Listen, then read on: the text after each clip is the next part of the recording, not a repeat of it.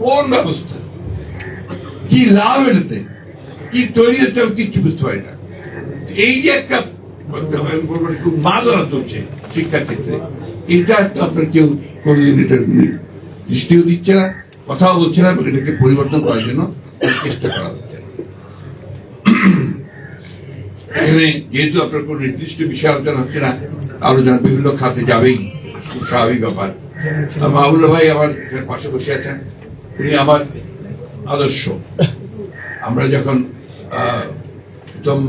ঢাকা কলেজেই পড়ি তখন থেকে ওনাকে আমরা চিনি যে তিনি একজন অত্যন্ত ব্রিলিয়ান্ট স্টুডেন্ট এবং রাজনীতির সঙ্গে জড়িত। যখন ঢাকা ইউনিভার্সিটিতে গিয়েছি ওনাকে সরাসরি পেয়েছি, তখন ছাত্র ইউনিয়নের উনি সাধারণ সম্পাদক, আমরা গিয়ে ভর্তি হয়েছি। একদিকে মেধাবী, স্ট্যান্ড করা প্রত্যেকটা পরীক্ষাতেই, অন্যদিকে আমরা রাজনীতির একেবারে সবচেয়ে আপনার বিপ্লবী রাজনীতির সঙ্গে জড়িত মাহবুবুল্লাহ ভাই।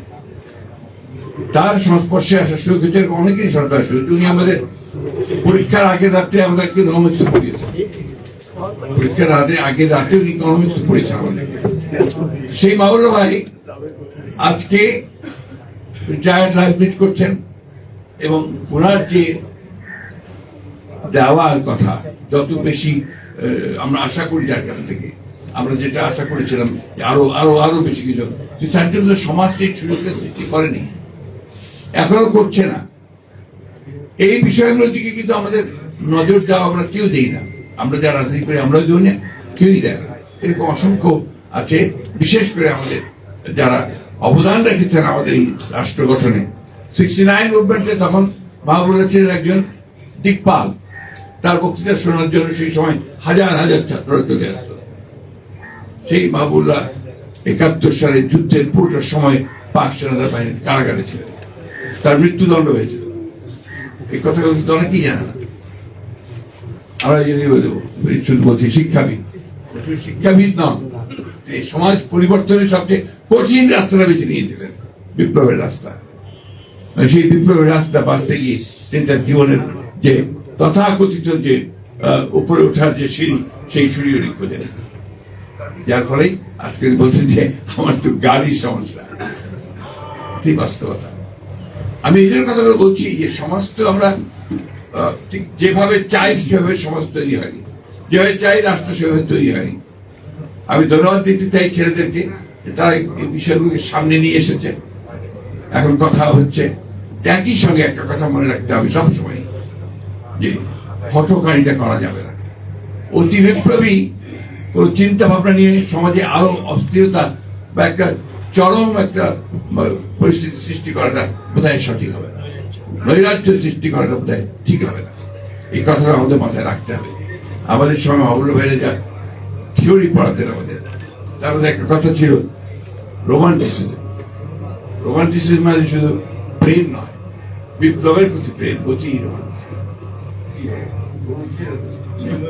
তো এখন ওই যে গুয়েভারার কথা উনি বললেন, অর্থাৎ এই মুহূর্তে আমি সব পাল্টে দেবো, এই মুহূর্তে আমি দখল করবো, এই মুহূর্তে আমি সব অন্যায় জল করে দেবো, এটা হয় স্টেপ বাই স্টেপ, একটা ধীরে ধীরে যেতে হয়, যেতে গেলে কিছুটা পারা যায়, তাও সবকিছু যে সুনিশ্চিত হবে তা নয়। আজকে বদলায়, সবকিছুরই পরিবর্তন হয়।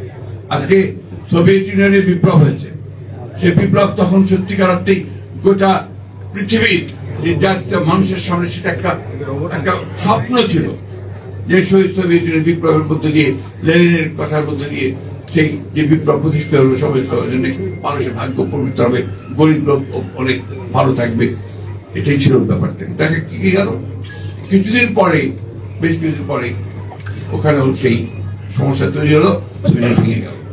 চীনে মাও সেতুং দীর্ঘদিন সংগ্রাম করলেন, লড়াই করলেন, লড়াই করার পরে তিনি সফল হলেন, চীনে বিপ্লব হলো, লাল পতাকা উঠলো, লাল দেশ তৈরি হলো।